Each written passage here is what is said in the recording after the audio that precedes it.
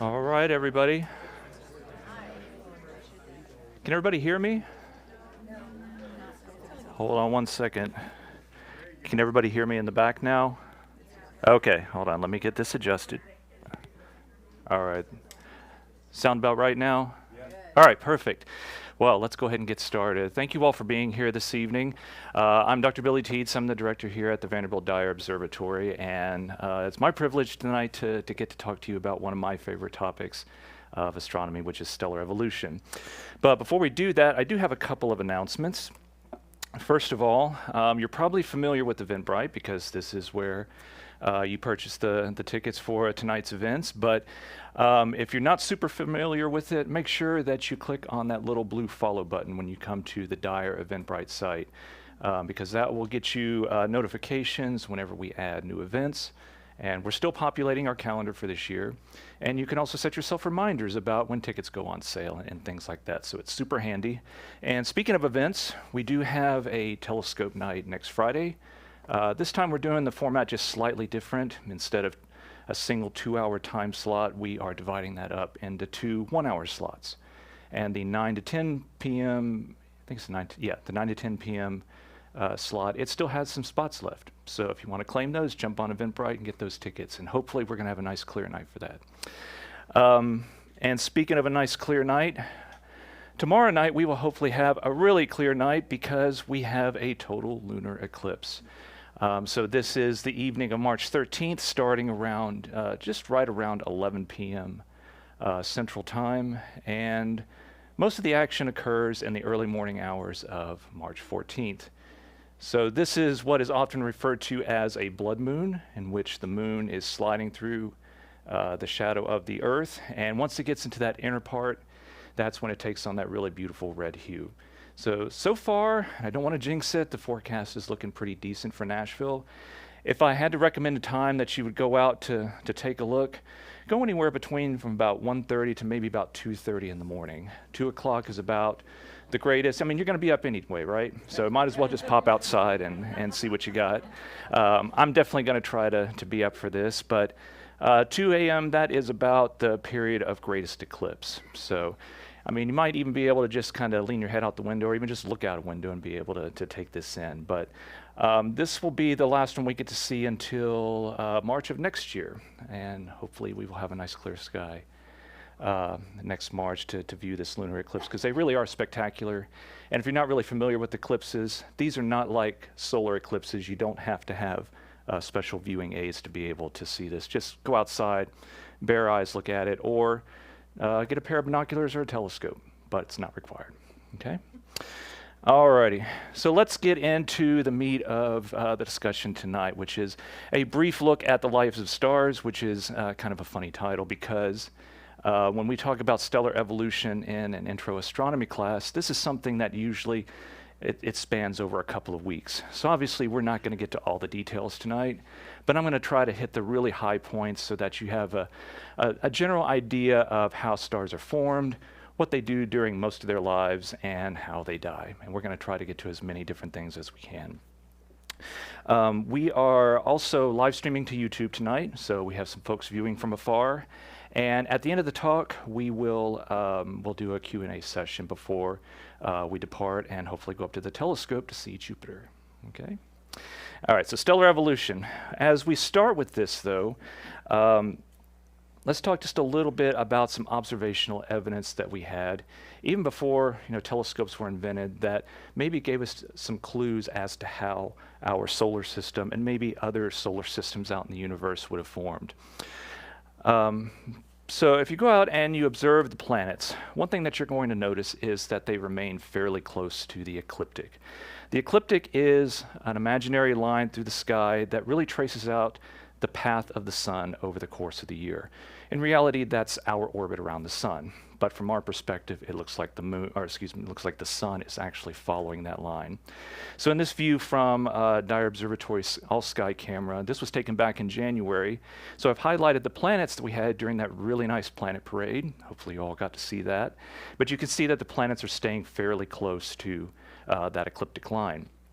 So that suggests that they are all orbiting around the sun in roughly the same plane. They deviate a little bit, but not too terribly much. The planets orbit, and if you could see them up close, you would also notice that they rotate in roughly all the same direction as they go around the sun. So they orbit around the sun in the same direction, and they, for the most part, rotate on their axis in the same direction. And they're all orbiting around the equator of the sun. So why is it that we have this nice setup in our solar system? Is this something that is very unique, or is it giving us clues about what's going on?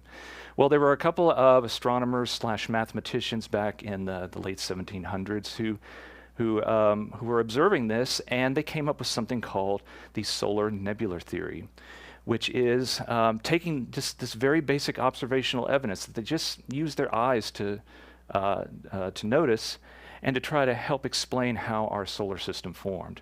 So what they pictured was that there was a large cloud in space that was gradually moving. It was rotating a little bit, didn't matter which direction really, but the point was that it was moving at least some. And for some reason, it began to collapse under the force of gravity. We knew about gravity by this time. We already had Newton's laws of motion and the universal law of gravitation. So we knew about this force of gravity. So they pictured this cloud is slowly collapsing down, and as it collapses more and more, that rotation speeds up. That is called conservation of momentum. Think about an ice skater who's spinning on the ice, got her arms stretched way out, pulls her arms in, she spins up much faster. That's conservation of momentum. And this will happen for any mass when you bring that mass closer into the rotation axis. There's another force that we have to take into account, and that is centripetal force. So if I was to stand up here and spin around really fast, my arms would start to be pulled out to the side. We've all experienced that before. That, along with gravity, are actually going to cause this collapsing cloud to form more into a disk. And I'll show you a depiction of that in just a little bit. But with this theory, there was also the thought, if this is correct, we should be able to look out into the universe with the telescope, which was invented by then, and see if we can't find some examples of this. And so that's what they did, and there were folks that actually found things that looked like these swirling clouds. This is a really nice example of a sketch made by Lord Rosse, otherwise known as William Parsons, who had a really large telescope for his time. I mean, it was a gargantuan telescope. And as you can see, it's a very nice swirling structure, so it seems like, okay, we're on the right track. Turns out they weren't quite on the right track for this particular object, because this is actually something called the Whirlpool Galaxy. Next to it, we've got a picture from Dyer's Seaford telescope of that same structure. But we are seeing this kind of this rotation in these clouds in space, so maybe there is something to this. So let me jump back to that thought about this cloud collapsing into a disk. Why is it going to do that? So in this diagram, we basically have from left to right 3 stages of this cloud collapsing. It's slowly rotating from right to left here, and gravity, which is given by the blue arrows, is trying to collapse the cloud in all directions. Now, as this cloud is rotating and it's speeding up in its rotation, we are going to start experiencing centripetal force, which is given by these red arrows. And as the cloud collapses, centripetal force grows stronger and stronger. It's eventually going to balance gravity. Okay, so the problem with centripetal force, though, is that it only balances gravity in one direction, in the horizontal direction in this case. So it cannot balance gravity in a vertical direction. So gravity is squeezing from all sides. Centripetal force is just working in one direction. So as a result, this cloud then just continues to collapse vertically, and we get this really nice disk out of which a solar system could form. And we're going to see some examples of that in just a moment. But what could trigger something like a cloud to collapse? Well, there's a number of ways that clouds can collapse under gravity. This is a really nice example of 2 galaxies that are colliding. These are 2 spiral galaxies like the Milky Way. They're called the antenna galaxies because of these really long streams of stars that have basically been flung out of the galaxies. But as these galaxies are colliding, the stars are passing right by one another. They're typically not going to collide. But these large clouds of gas within the disks of these galaxies, those collide with one another. And when they do, and they collide, those gas clouds get compressed, and now we have a way for gravity to start crunching down this material to form these stars. This is a nice close-up view from Hubble. You can see the telltale signs of star formation in these pink areas. These are actually areas where the stars have formed. They've begun to blow away some of the gas and dust that was enshrouding them, and we're seeing them irradiate the remainder of that gas and causing it to glow. These little blue areas here, which pepper this galaxy, these are very hot, very massive stars that live very short lifetimes. So seeing these bright blue star clusters indicates they were formed not too long ago. Okay.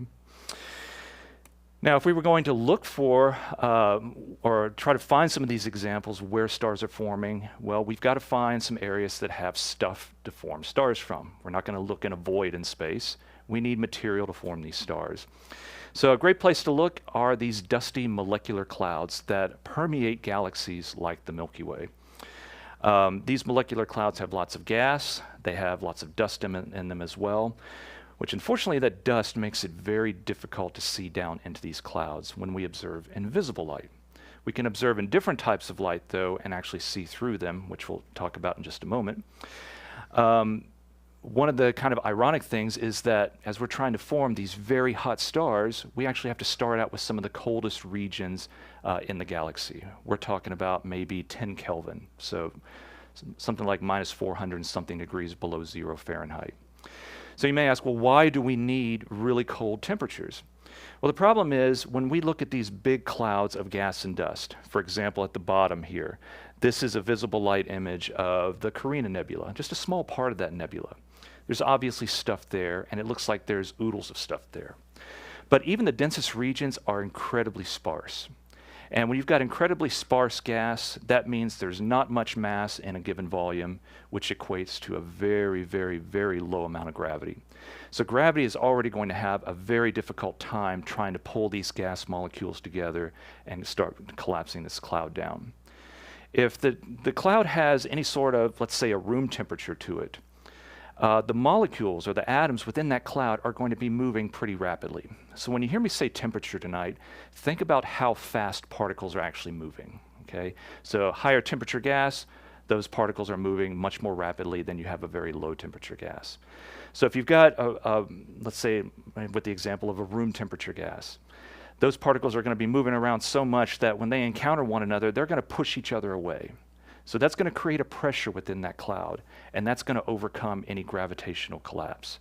So we need to get these molecules and atoms moving very slowly so that even if they do encounter one another, they're not going to exert a great pressure, and gravity actually has a chance. Okay?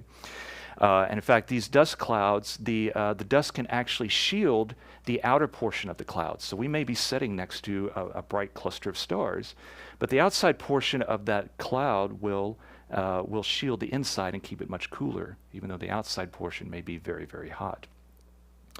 So the top view here in this depiction, this is the same portion of the sky, but now we're observing in infrared light. So we're actually seeing through that dust, and we're actually seeing into this cloud and seeing some of the stars that are forming, which are creating these jets, and even seeing other stars behind that cloud. So longer wavelengths of light or redder colors of light, we have a better chance of seeing these stars forming. But our galaxy is a haven for star formation.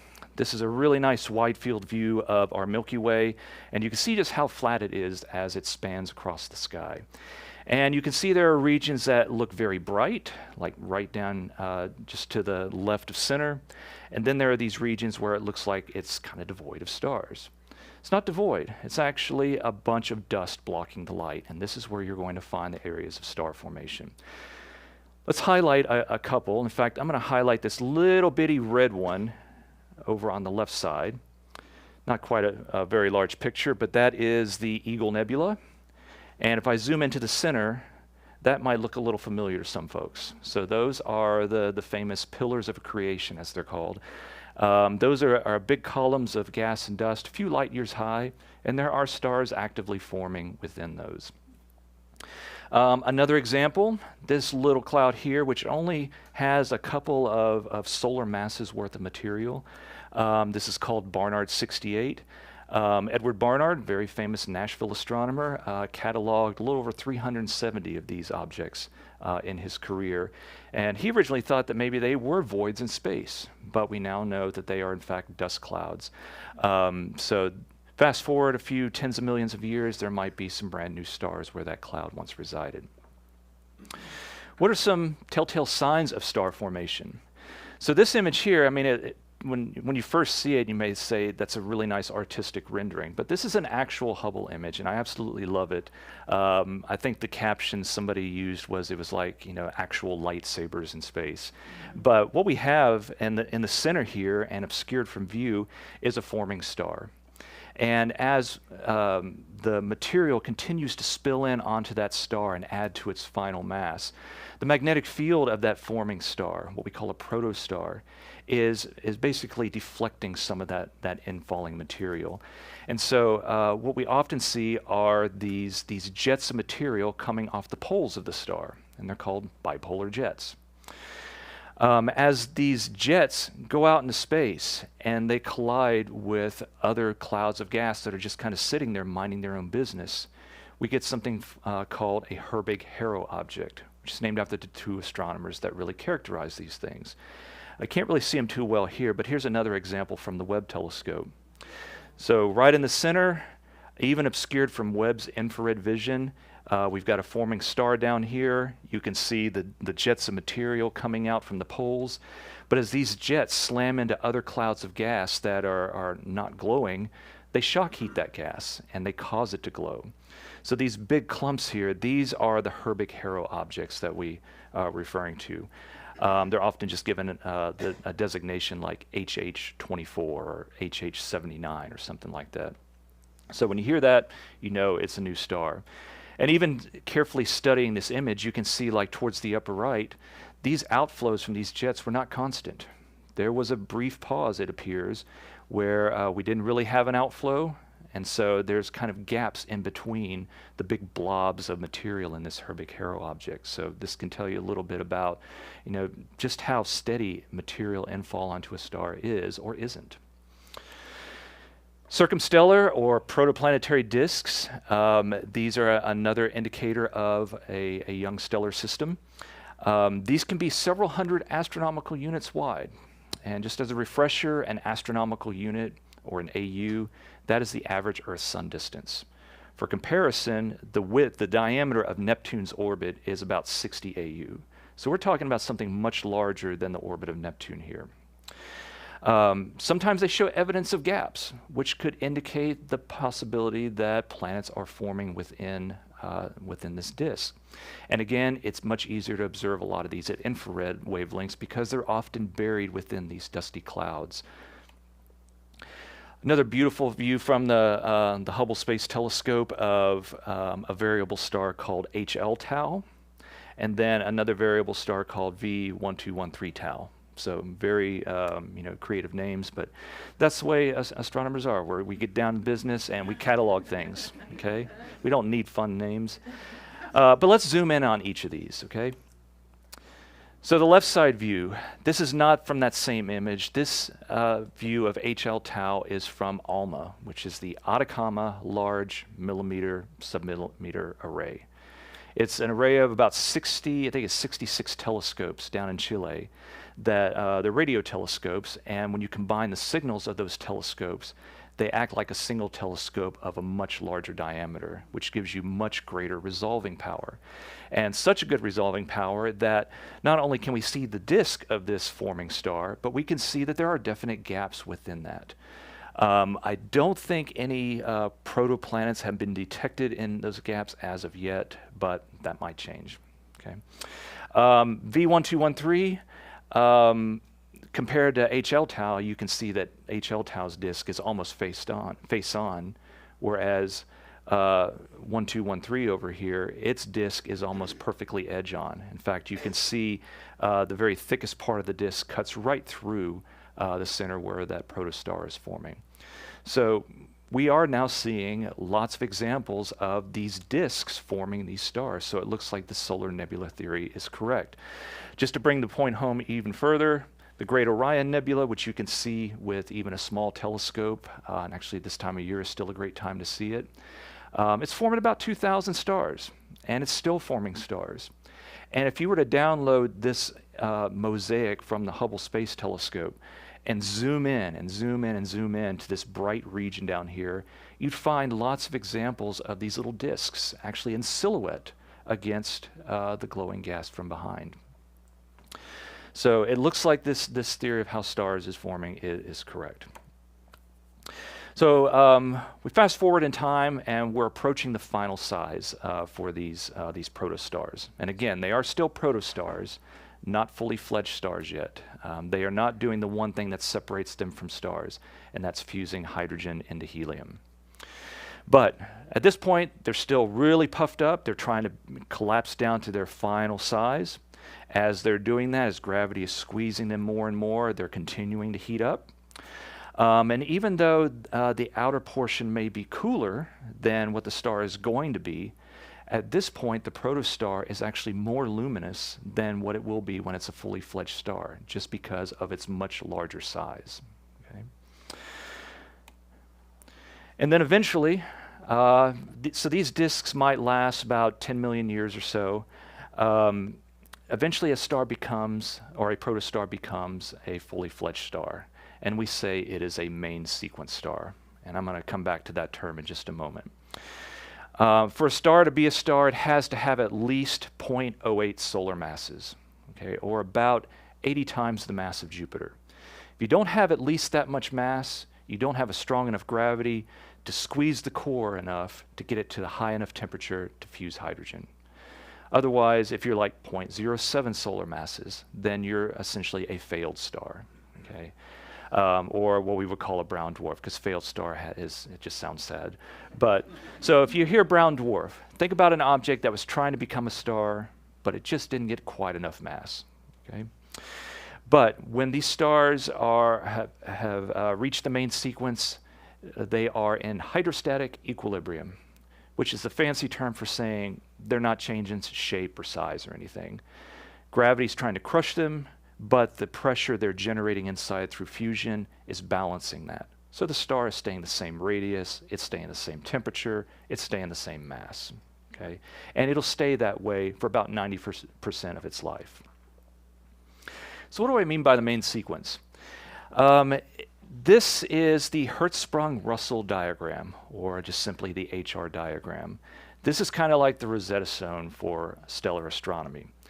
It is a graph of luminosity on the vertical axis versus temperature of the star on the horizontal axis. If you can plot a star on this axis, on this diagram, then you automatically know a lot more details about the star. You know how large it is in terms of radius. You can see where it is in its lifetime. You know, is it nearing the end of its life?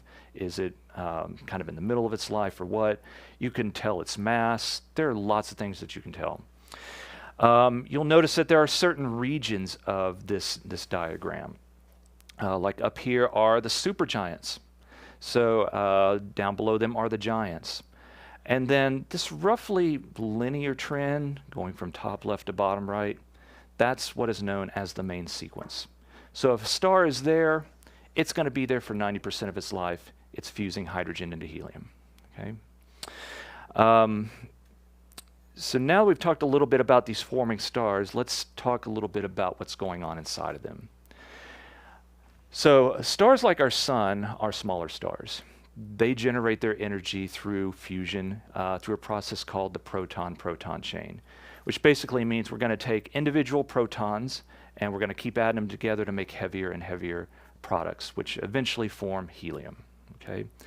I just zoomed in on this one little part here so that when I show you the next diagram, you'll be able to say the little red things are protons, green things are neutrons, and there's some other little things that pop out. Okay. So this is a really, really busy diagram. Don't bother trying to comprehend it right now. Feel free to take a picture of it and study it later, okay? But it's called the proton-proton chain. And this is what the sun is doing right now, has been doing for about 4.5 billion years, and will do for another 4.5 billion years or so. But we're taking individual protons. In fact, just ignore that really busy diagram. Just focus on the stuff in blue over here. We're starting with 6 protons, and we are, sorry? Say again? Sorry, 1 second. Talk amongst yourselves.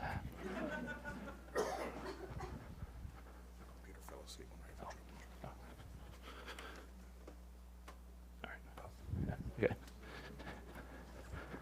All right, we're back. All right.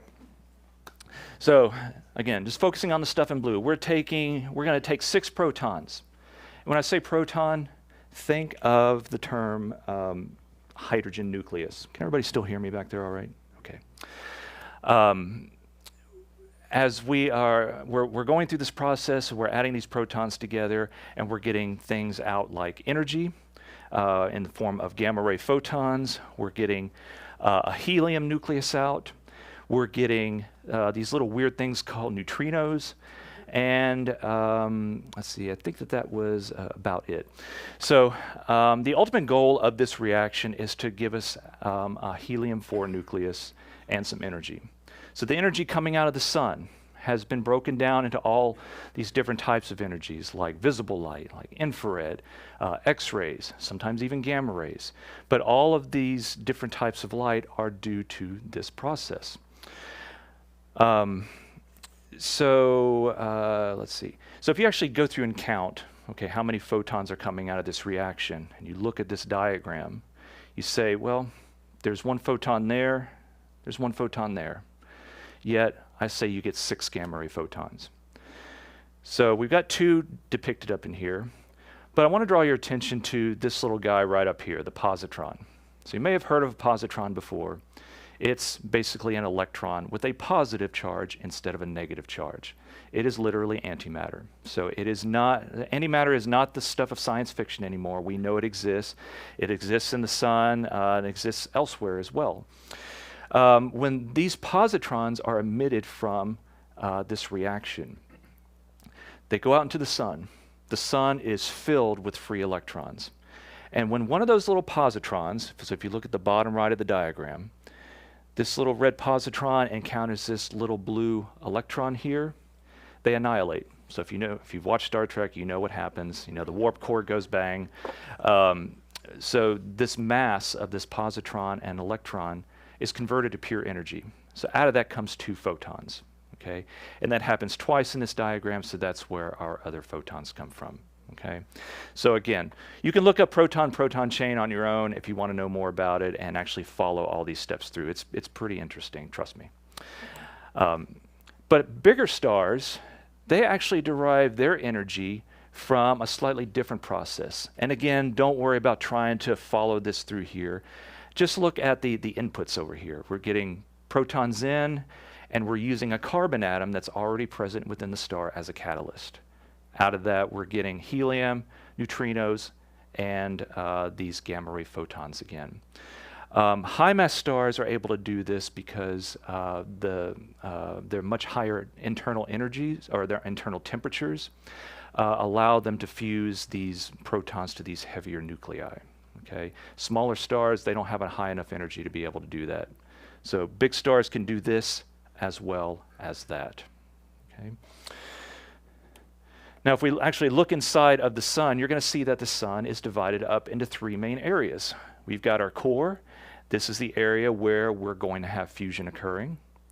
Around that, so going from about 20% of the sun's radius to about 70% of the sun's radius is the radiative zone.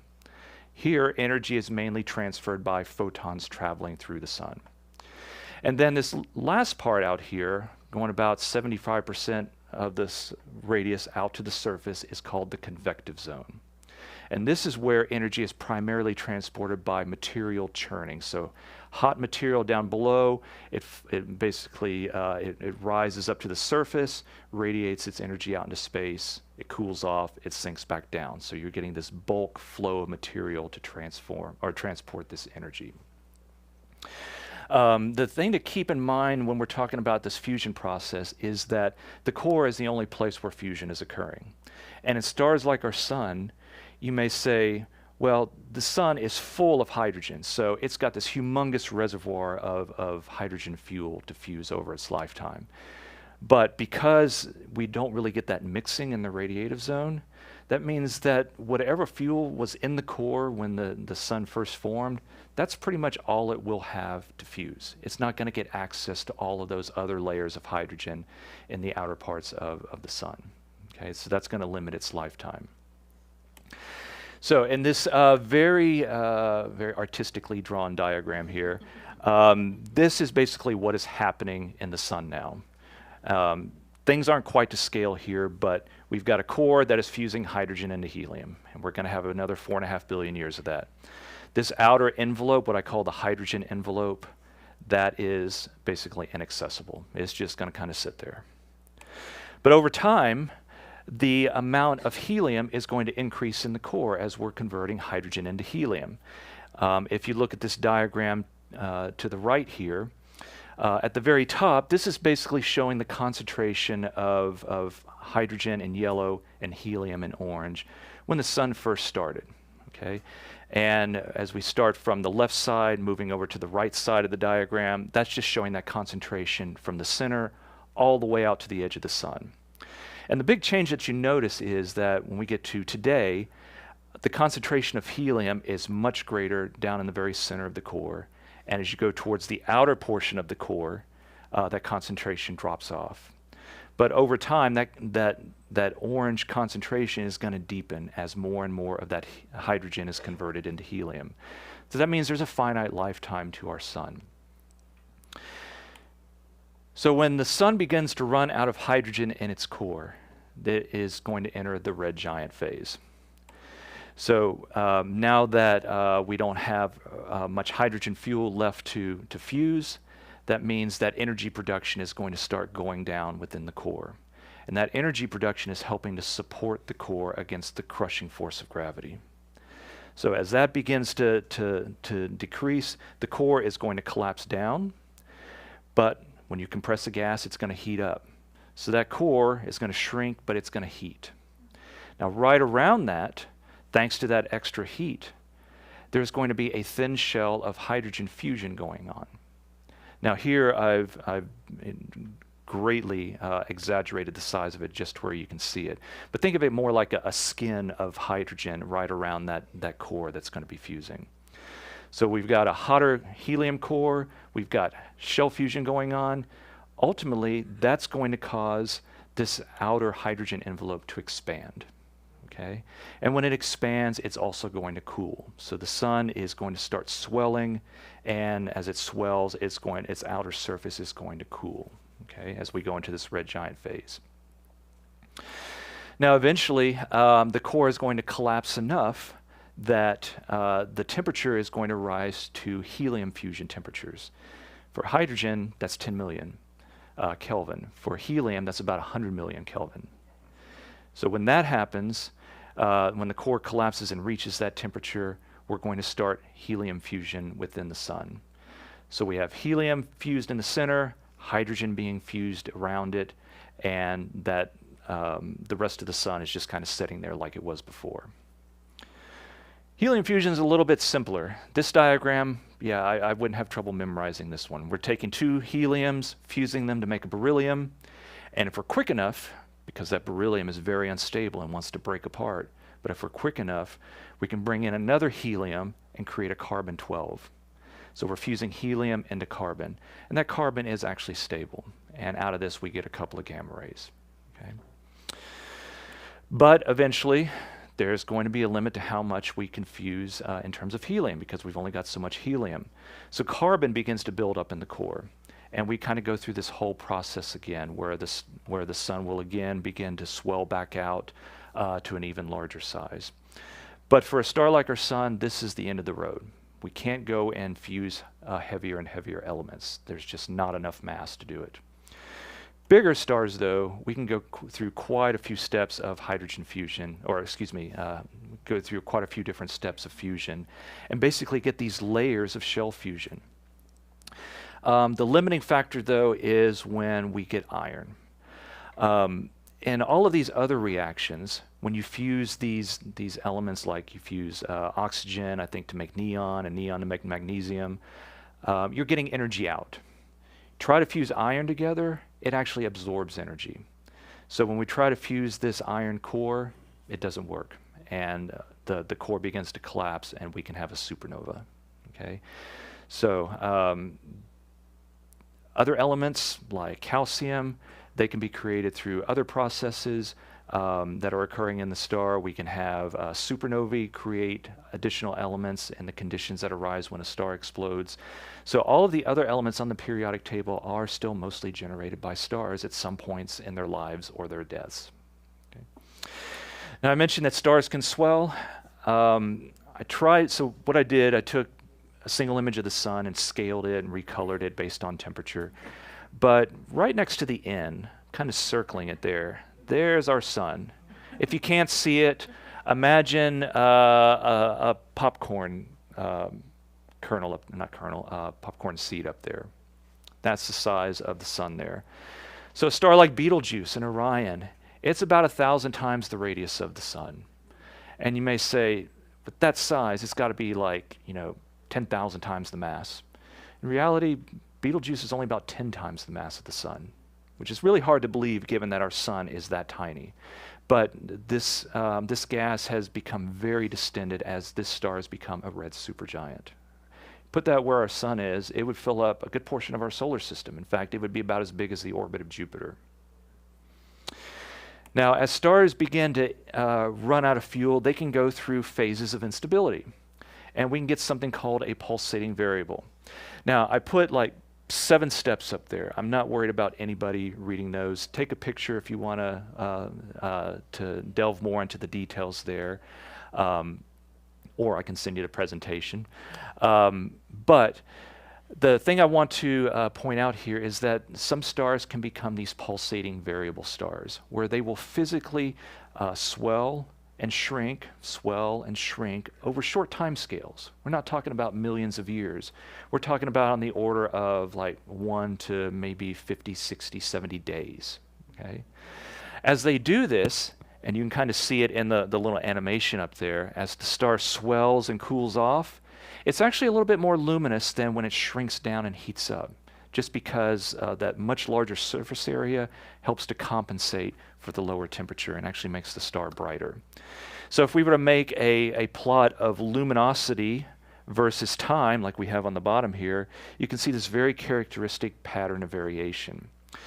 So there are many different types of pulsating variable stars, but we're going to focus on one that Henrietta Leavitt, pictured here, made a really interesting discovery about. So some of these Cepheid variables that had been discovered, we knew distances to. And when she noted how bright they actually were, because she took into account how bright they appeared in the sky and how far they actually were from us, she found there was a direct relationship between how bright the star actually is and how long it takes to pulsate, which is super handy. So longer period of pulsation, the greater the maximum luminosity. And if you know that, if you can determine the period of pulsation of that star, then you automatically know how truly luminous it is. Then you compare that to how bright it appears in the sky, and those two values are related to the distance.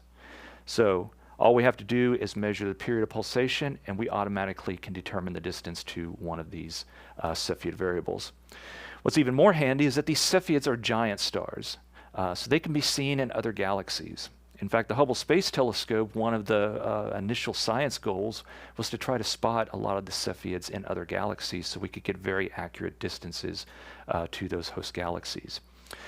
For those of us who like graphs and who doesn't want to look at a graph on Wednesday night, but here it's just kind of showing that very nice linear relationship between the pulsation period on the horizontal axis and the true luminosity of that star. Little R.R. Leary stars in red, those are kind of like the little brothers. They're just lower mass, but they have this same kind of pulsation period relationship. Edwin Hubble, the namesake of the Hubble Space Telescope, he used Cepheid variables to essentially expand our universe. So at the time that Hubble was doing some of his research, we didn't know if the Milky Way was the entirety of the universe or if it was just a small island, and these other kind of spirally, cloudy looking things we saw, were those actual galaxies or were they inside the Milky Way? So he set out trying to identify some of the Cepheids in these spiral nebulae, as they were called. Here's one of the photographic plates that he obtained with, the 200-inch telescope in California. And up at the top right there, you can see he denoted a single star and he wrote VAR for variable. So he had found a Cepheid variable. Here's a more modern picture of that same galaxy, and with that arrow, that's highlighting that particular variable star that he saw. The insets are 4 images from the Hubble Space Telescope, and you can see Hubble's vision is able to isolate that star very, very nicely. And I've given made a little animation out of those little insets on the right, so you can see how these stars actually do change their brightness as they pulsate. So when Hubble did the math, he found that this nebula, as it was called, was actually about a couple million light years from us. And the greatest size estimates of the Milky Way at the time was only about 300,000 light years. So without a doubt, that object had to be separate from the Milky Way. Okay. All right, so let's talk about stars dying, which is typically what we get the most questions about, especially in field trips. So low mass stars like our sun, they won't explode. Sorry to burst your bubble, but yeah, our sun isn't going to explode. Low mass stars die a much gentler death. So here we have a beautiful example of one of these low mass stars in the process of dying. So this is something called a planetary nebula, which is a really bad name because they have nothing to do with planets. But some of them, like these here, when you look at them in a telescope, sometimes they look kind of round and kind of resemble the outer planets. In fact, the famous astronomer William Herschel was the one who coined the term, and he called them that just because, yeah, they kind of look like some of the outer planets. Some of them can be nice and kind of circular like that. Others can have very intricate shapes. This one actually does look like an ant up there, but some of these shapes can come about to things like companion stars that are orbiting with these dying stars. Their gravity is helping to shape this gas as it's flowing out from the dying star. But one thing you'll notice at the centers of these nebulae are little dots. So these are the cores of those dead stars. They're mostly carbon, because remember, carbon is the last step for a fusion for these low mass stars. These cores can be anywhere from maybe half the mass of the sun up to about 1.4 times the mass of the sun. But instead of being about 100 times wider than the Earth like the sun is, they're only about as big as the Earth. So they're very, very dense. A teaspoon of white dwarf on the Earth weighs about 5 tons. Okay, so very, very dense. Not the densest thing, though. So when you look at some of these nebulae, like the cat's eye, occasionally you can actually see that little white dwarf star.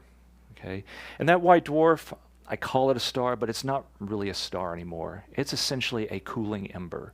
It will cool over billions of years, and as it does so, it will gradually fade. Okay, and the gas that has been expelled here is continuing to move out. And the reason it's glowing is because of the ultraviolet light being given off by that white dwarf.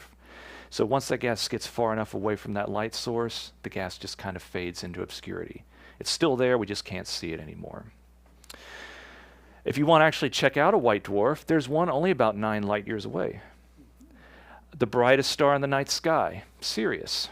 The belt of Orion points down to Sirius. That's actually a binary star system. But what you're seeing is the light from what we call Sirius A. So it's a main sequence star. I think it's about twice the mass of the sun. But it's got a little companion. So in this blue image, that little bitty dot there, that is Sirius B. That is a white dwarf with about half the mass of Sirius A. So this is a star that it was a companion to Sirius A, and it has already evolved. It has already died. It's shed its layers. Those have already dispersed, and we just have the white dwarf left behind. Now remember, those white dwarfs, they are the cores of the dead star. They are still very, very hot. In fact, they're hotter than the surface of Sirius A. So in visible light, Sirius A looks really bright. But in X-ray light, which is the image on the left, the brightest object is the little white dwarf, because being so much hotter, it puts out more X-rays than its brighter companion. Okay? Big stars, they're the ones that go out with a bang. They have to have at least 8 times the mass of the sun in order for the core to be able to collapse down past the white dwarf stage. When that happens, there's a shock wave that is sent through the star, and it's thought that that shock wave helps to basically explode those layers off.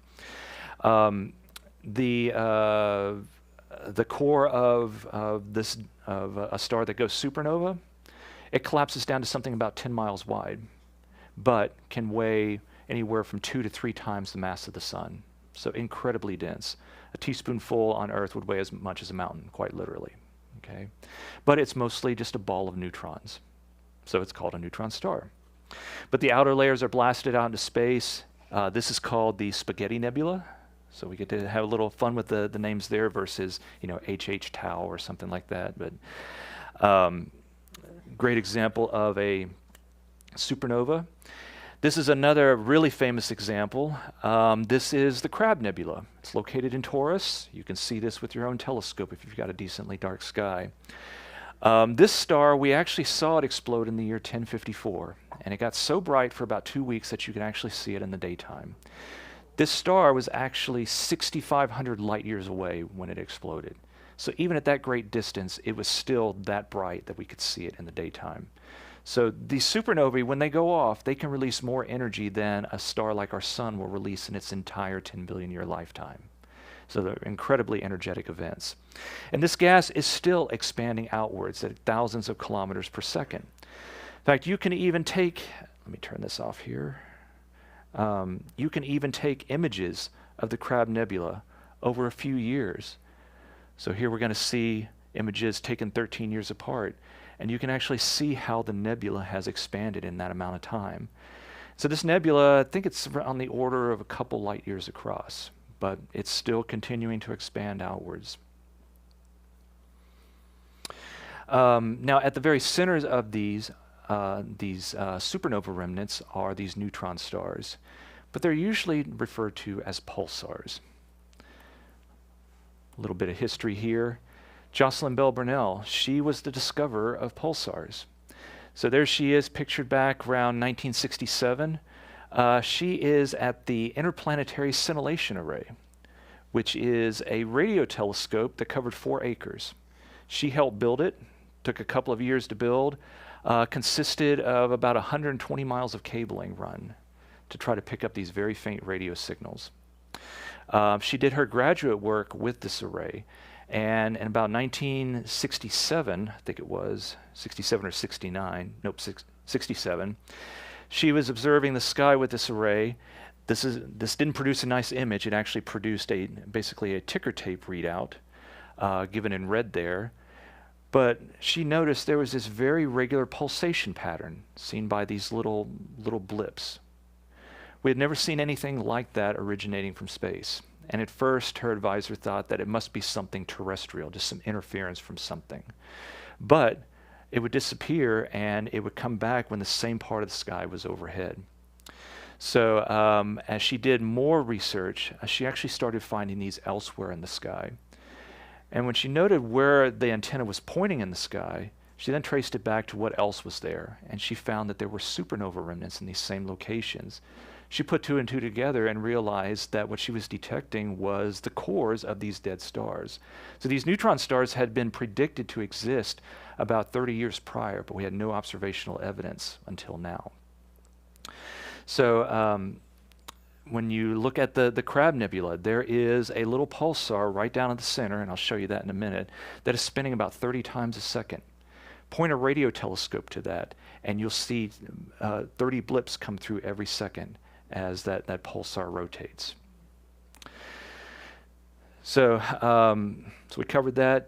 So it's kind of a sad story, and some of you may know this, but back in the 60s. She's a young female graduate student. You would think that she would get the award for the discovery, but unfortunately the Nobel Prize for that discovery went to her advisor and his collaborator. So you can read more about her story. Everybody knows that you ask any astronomer today who discovered pulsars, they're going to say Jocelyn Bell Burnell. Everybody knows it. So, but I'd highly recommend that you read more about her story. It's a really interesting story. But let's zoom in just a little bit on that Crab pulsar before we end the talk. Right side view. That is a false color view from the Hubble Space Telescope. These are multiple images taken over years. And it looks like there's something swirling in there. And in fact, in the blue image, you can see the same effect. That is an X-ray view from the Chandra X-ray Observatory. What you're seeing is the effect of this 10-mile wide ball of neutrons rotating 30 times a second. There is an incredibly strong magnetic field associated with these pulsars. In fact, some of them are known as magnetars. Some of them are so strong in terms of magnetic field that if they were at the distance of the moon, they would literally be able to pull a paper clip out of your hand and it would go flying out into space and to the moon. Okay, so these magnetic fields, they interact with the very hot gas in this nebula and they affect it over time. The very left side view is probably my favorite movie of the three because this is a visible light view that is looking right down where that pulsar is. There is sorry, I don't know if you can see my mouse there.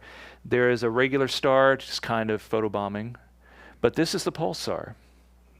And this movie has been slowed down by a factor of 50 to where you can see the individual blinks, okay? So it's an individual pulse of energy, about 33 times a second. So what actually causes these? Here's kind of a schematic of the pulsar, and the rotation axis in this view is vertical, but the magnetic axis is tilted with respect to that rotation axis. And as that magnetic field sweeps around, it catches free electrons and it accelerates them. When you accelerate electrons, they emit energy. Accelerate them a lot, they emit high energy. Accelerate them a little bit, they emit lower energy, like in radio waves. If we happen to be in the right viewing perspective, then as that cone of light sweeps around, it will send a pulse of light in our direction. So in this case, if we were directly above this pulsar, like the L and lighthouse up here, then that cone of light would completely miss us and we would never see that pulsing, even though it's actually going on. Here's kind of just an animation kind of showing that if you have a proper viewing angle, one of those cones sweeps around. Every time it does, we get a little pulse of light. And finally, we'll end with one other type of supernova. Remember before I said we had our small stars, they die, they produce the white dwarf. That white dwarf just kind of sits there and cools off over eons. Not always the case if it's with a companion star. So in this view of this galaxy, which I don't remember the name, it's just going to have a number with it, but it looks like there's just kind of this star sitting next to it. That is actually a single one of these type 1a supernovae in that galaxy. So when it went, you can see that it's actually rivaling the brightness of that galaxy. These can be seen from billions of light years away. Okay? So these involve a white dwarf star and a binary star system. Just go ahead and pop all these bullet points up here, and I'll show you a representation of this. But basically, as the companion star begins to end its life, it swells up, and the white dwarf begins to siphon gas off of it. The white dwarf has a mass limit of 1.4 solar masses, and that's called the Chandrasekhar limit. That is kind of the tipping point for a white dwarf. If it exceeds that, then the electrons within the white dwarf cannot support the star against gravity, and it begins to collapse down very rapidly and tries to fuse all at once, and it explodes. Okay? So because these stars will all go supernova at the same mass, they're made out of the same stuff, then they can be used as a standard candle. If we know the brightness of one and we see another one go off, we say, we already know the brightness of that one. And then I see how bright it appears in my sky, I can figure out the distance to it. Another example of a type 1a supernova. Hold on, almost done there. No, that's fine. Is my time up? No, just got like 1 or 2 slides left here. Another beautiful view from Hubble. You can see all the countless bright blue stars. These are very massive stars within this galaxy. But this star over here, which looks like it's, in our galaxy and it photobombed, that is actually one of those type 1a supernova in that galaxy. And you can see just how bright it is compared to all of these other stars. Hubble got quite a few images as it faded. Not very dramatic, but still, it's pretty cool to see. It does return to a very low level over the course of a few weeks. Okay? But here's a diagram of what we were talking about. So we start out with a little white dwarf on the left side. Its companion star, like Sirius A. They're just kind of sitting there doing their thing. But eventually, if the companion begins to evolve and becomes a red giant, it might swell up, and we say it overflows its Roche lobe. So these little dotted lines here, these are basically the Roche lobes. These are the kind of, you can think of it like the areas of gravitational influence of these stars. So if this giant star begins to swell too much, and some of that gas gets over near the Roche lobe of the little white dwarf, the white dwarf is able to pull that gas, okay, and it adds it to its surface. So I'll end with our final slide, just kind of give you an idea of what this looks like. Kind of a fun little movie. So here we have a giant star, one of our red giants here. Here's the little white dwarf. The star is overflowing its Roche lobe. The gas is being siphoned from that star, and it's swirling around and spilling in onto the white dwarf. So there's a constant stream of gas adding to the mass of that white dwarf. Now eventually, if enough mass is accreted, enough of that hydrogen is accreted from that companion star, then gravity will squash it, it'll get hot enough, and it'll all of a sudden fuse. And that can happen many times. I'm going to pause it here. So, okay, so right there, that little flash, that's something called a nova. That's where that shell of hydrogen is all of a sudden fusing. Most of it blasts off, but a little bit gets left behind, which means every time we have a nova, the final mass of that white dwarf has increased just a little bit. Get enough of these novae, you reach that Chandrasekhar limit of 1.4 solar masses. You go to add a little bit more gas, and the white dwarf can't take it, and it all of a sudden explodes. Okay, so that's the type 1a supernova. And as you can see, there's nothing left. There's no core left. The entire star tries to fuse all at once, and it just blows itself apart. So with that, I think we are actually, we were actually right at 1 hour. I'm surprised. So yeah, we can do a little Q&A if anybody has any Q&A, or any questions, I should say. But thank you all for spending some time with us tonight.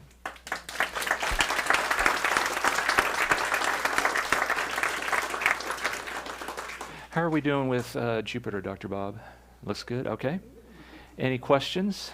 I want to know, yes. what's the event horizon? Good question. Oh, and we're going to have some microphones coming around if people have questions. But event horizon. So the event horizon is actually part of a black hole. That's essentially thought of as the point of no return. So when you see a depiction of a black hole, it looks like it has an edge. That's the event horizon. So once you pass that, not even light can escape from that.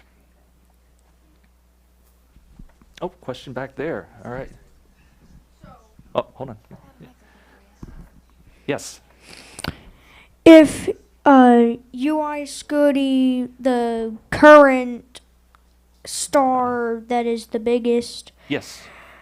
if it had a supernova, how big would it be from Earth during the day? That's a good question. So yeah, there's some of these really, really, really big stars, like I think you said it was UI Scudi, stars around the size of Betelgeuse. Yeah, if that one goes supernova, I'm not sure how bright it would be in our sky, because I honestly don't know the distance to that. Yeah, I think that's the only answer I have for that. It's a very unsatisfactory answer, but I'll be totally honest with you. I have no idea. Put it in Chat GPT. Let's see what pops out. It might be an interesting answer. Yeah. Oh, yeah. Hi. Thank you for the presentation. Thank you. Out of curiosity, what causes irregularity in the gas shape if gravity is a constant? The irregularity in gas shape. What part were you referring to? So I suppose just any sort of image of the different formations. Are you talking about like the planetary nebulae? Yeah, that's a good example. Yeah. Yeah, so you would think of stars as being like these perfectly round objects, and anything they do is going to be perfectly symmetric. But in fact, that's not the case because, like for example, especially in some of these larger stars, that convective zone, like for Betelgeuse, that convective zone when that star swells becomes very, very deep. So you can have these irregularities in the convection within the star. For example, about 4 or 5 years ago, there was a big bubble of material that came up to the surface of Betelgeuse and was actually ejected off into space. And when that happened, that gas eventually condensed into dust particles that from our view obscured Betelgeuse and made it appear like Betelgeuse had dimmed, dramatically. So a lot of people were wondering, is it going to go supernova or not? Well, it didn't. When you get onto very large-scale structures, like on the size of stars, I mean, for the most part, things are somewhat uniform. But I mean, just these little irregularities can kind of grow over time into to much bigger deviations. So, not sure if that answered very well or not, but.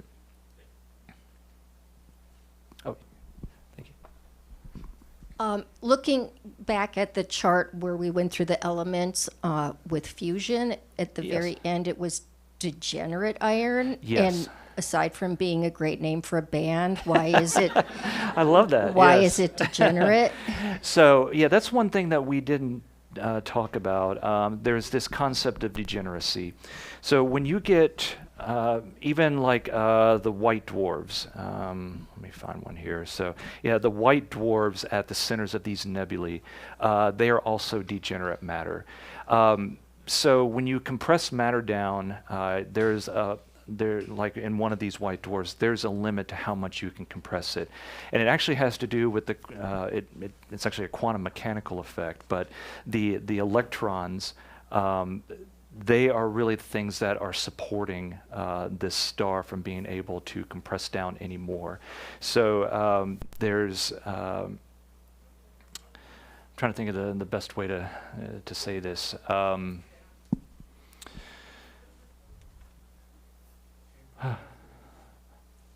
Kind of incompressible, yeah. So the degenerate matter also doesn't behave the same way that like just regular compressed gas would behave. So you would think like if I add more mass to to a white dwarf, that it should grow in its radius. Well, in fact, it'll actually kind of do the opposite. It'll collapse down even more. But the degenerate matter is it's an electron pressure within the star that is supporting it. So it's not like the atoms are bumping up one against one another. It's just it's a pressure that's created by these electrons that there is a breaking point. And in fact, that's what happens in a supernova. You actually surpass that breaking point, and the electrons end up combining with the protons to form neutrons, and you get this neutron star. So I put the degenerate in there because it just to kind of denote that this is a very, very compressed form of matter. Just put it that way. Let's do one more question here. When we talked about the proton to proton chain reaction, and we called our sun small, basically body shamed it. So and we see like coronal mass injections and flares. So that is photons in that reaction. So